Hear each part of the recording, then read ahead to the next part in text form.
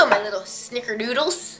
I'm still in Toronto, and my sister has what she refers to as a world-famous recipe for chocolate chip cookies. They're wheat-free and dairy-free, believe it or not. We'll see how world-famous they are. We'll see if you've heard of them and I've heard of them, and if not, whether we should have. It's a challenge. Heard of them. You haven't even tried one, so you just wait until you've had one. Okay, so this is actually super easy because I am relatively new to baking since discovering that I have a wheat allergy. A friend of mine gave me this recipe, and super easy. So first you put in half a cup of sucanat. Half a cup. What's sucanat? Sucanat is, I forget, it says free-flowing organic brown sugar. Oh. So it's less processed. It's free-flowing. Free-flowing, and it's much less like hair. Sweet. So as you can see, I already put that in, sucanat in the bowl. How much is it? Half a cup. Half a cup. And then you put in half a teaspoon of baking soda, which I already did, and you put in a quarter of a teaspoon of salt, which I also already put in. And then after that, we're gonna put in half a cup of peanut butter, and then we're gonna put in half a cup of almond butter. I like to do a little bit of chunky peanut butter, a little bit of smooth almond butter, and then your you butters? get the butters, nuts to your butter, as the lid says. I can't get far enough away, so you have to hold them up to your face, kind of. Nuts to your butter. Nuts to your butter. That sounds dirty. It does. So I like the organic ones, but of course you can use any kind of peanut butter you want. It's really the almond butter that makes them taste super yummy. So I usually do a little bit more almond butter than peanut butter, but it's basically half a cup of each, or a whole cup of whichever one you want. When you're using chunky, it makes it a little bit crumbly, so I tend to use a little less than half a cup. And then you can add really whatever you want to it. I like fancy chocolate, so I take a bar of Lindt and I chop it up and I throw it in. And you put one egg, and that's it. So here we go. So it's not vegan because of the egg. It's not vegan, but if you know how to use egg replacer for an egg, and you can find that stuff online, you can also use egg replacer. Okay. So here. I don't know what egg replacer is, but It's a weird thing that's not an egg. it sounds exciting. Look, her little measuring cup is heart-shaped. It's a heart full of poo. Yummy poo. Yummy poo. There's the peanut butter, glopping into the mixture. I like it a glop too. Now you're putting in more? This is half a cup. Oh. So half of each.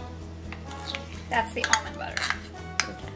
And now you mix it up. Stir, stir, stir.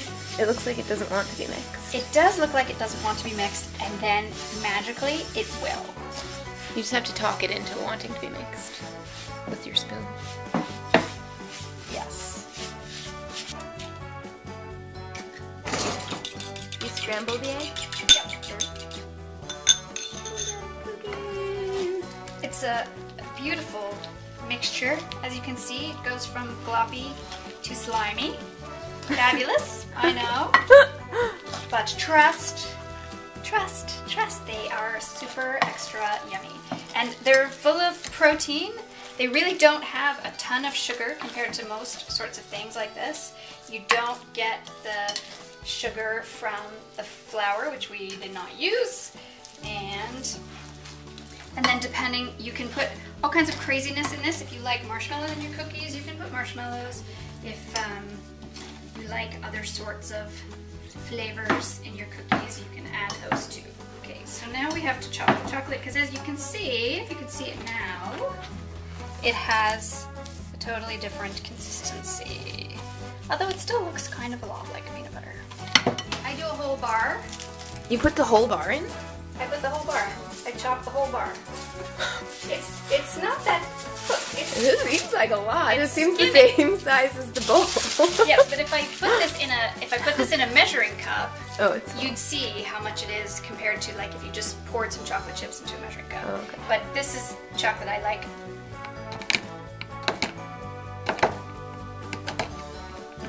If you're wanting to learn how to cook, I've discovered that the very best thing you can possibly own is a chef's knife. It chops everything so much faster, and you have to be careful, but they're super sharp. You can get them at IKEA or very cheaply. I think this was $13 or something like that. Anyway, chef's knife, best thing I have ever bought to use in the kitchen. Oh, and I preheated the oven to 350. Finished chips. Finished chips. And then you just stir them in. Oops. Try not to lose any.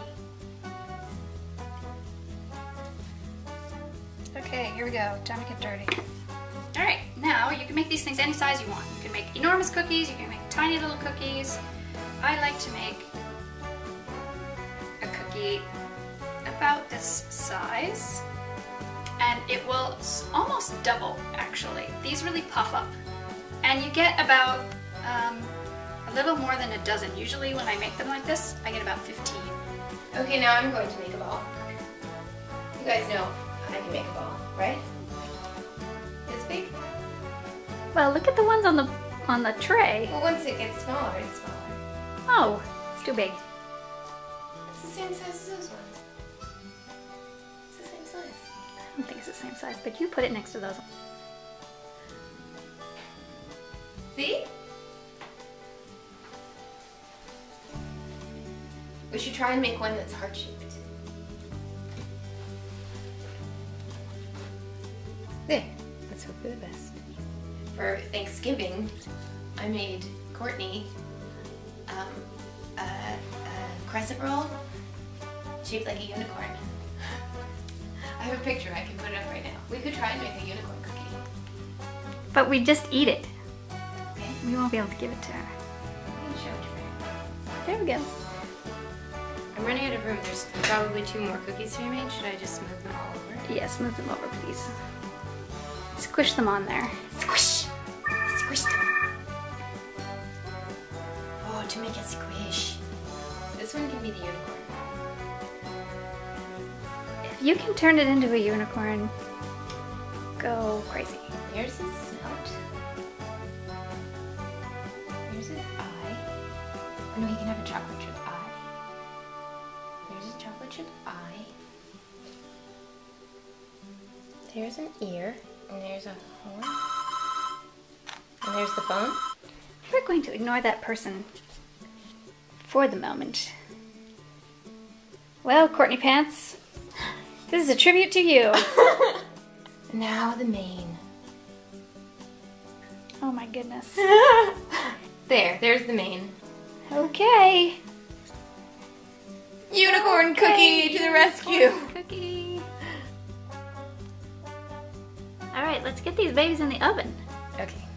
These really do not take long to cook at all. They are extremely easy to overcook, so you gotta watch them. All right, so here we go. They're gonna go in the oven. Unicorn. Gonna go in the oven.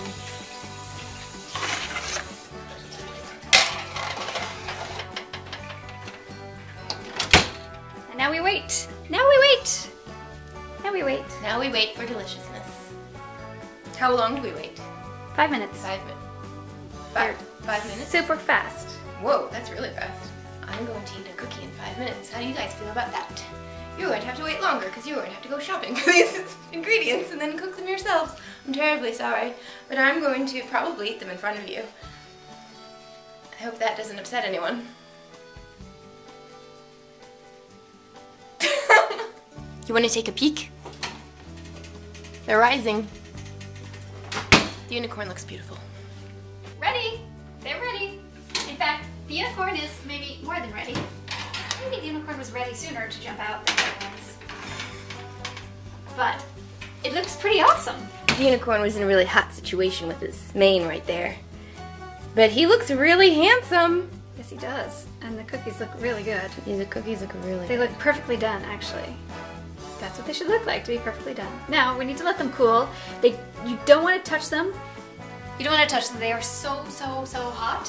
Also, they kind of need to set because of the because there's no flour in them, they need to set as they cool. Otherwise, they just will crumble all over the place. So give them some time to cool before you dig in and eat them. Yeah. Yay! Delish! Unicorn cookie! Yeah. I can't wait to eat them.